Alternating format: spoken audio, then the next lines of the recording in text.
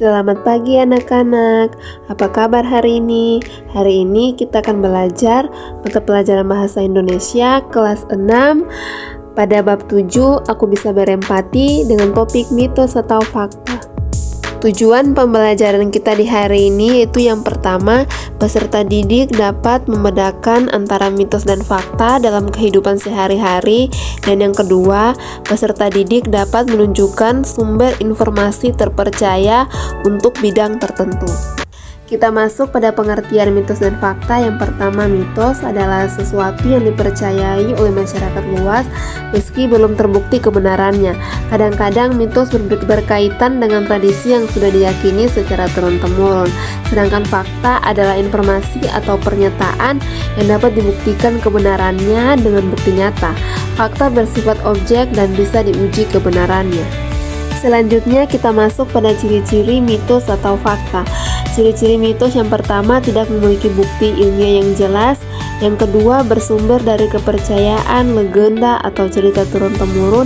Yang ketiga, sering dikaitkan dengan hal mistis, supernatural. Yang keempat, berbeda di setiap daerah atau budaya. Sedangkan ciri-ciri fakta yang pertama, dapat dibuktikan dengan bukti ilmiah atau observasi langsung. Yang kedua, bersumber dari penelitian atau pengalaman nyata. Yang ketiga, tidak berkaitan dengan unsur mistis atau takhayul. Dan yang keempat, yaitu berlaku universal dan tidak berubah berdasarkan kepercayaan. Yang berikutnya di sini ada contoh mitos dan fakta. Mitos yang pertama contohnya, menelan permen karet bisa membuat usus lengket. Tapi faktanya, permen karet tidak bisa dicerna oleh tubuh, tetapi akan dikeluarkan bersama kotoran tanpa menyebabkan usus lengket. Mitos yang kedua yaitu minum air es bisa membuat tubuh gemuk.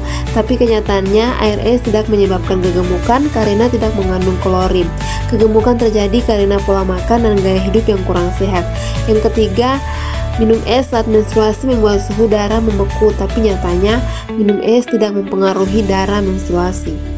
Ada beberapa cara untuk kita mendapatkan informasi tentang mitos dan fakta. Kita bisa gunakan lembaga yang dapat dipercaya seperti lembaga resmi, jurnal ilmiah, buku, dan kita juga bisa menggunakan logika dan ilmu pengetahuan, membandingkan klaim dengan dasar ilmiah yang sudah terbukti, dan juga mengacu pada pendapat ahli.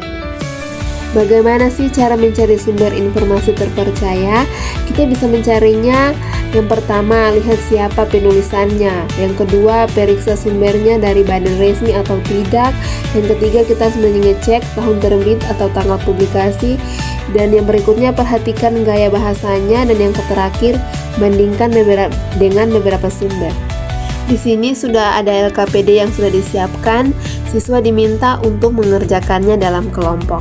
Sekian dan terima kasih. Semoga videonya bermanfaat.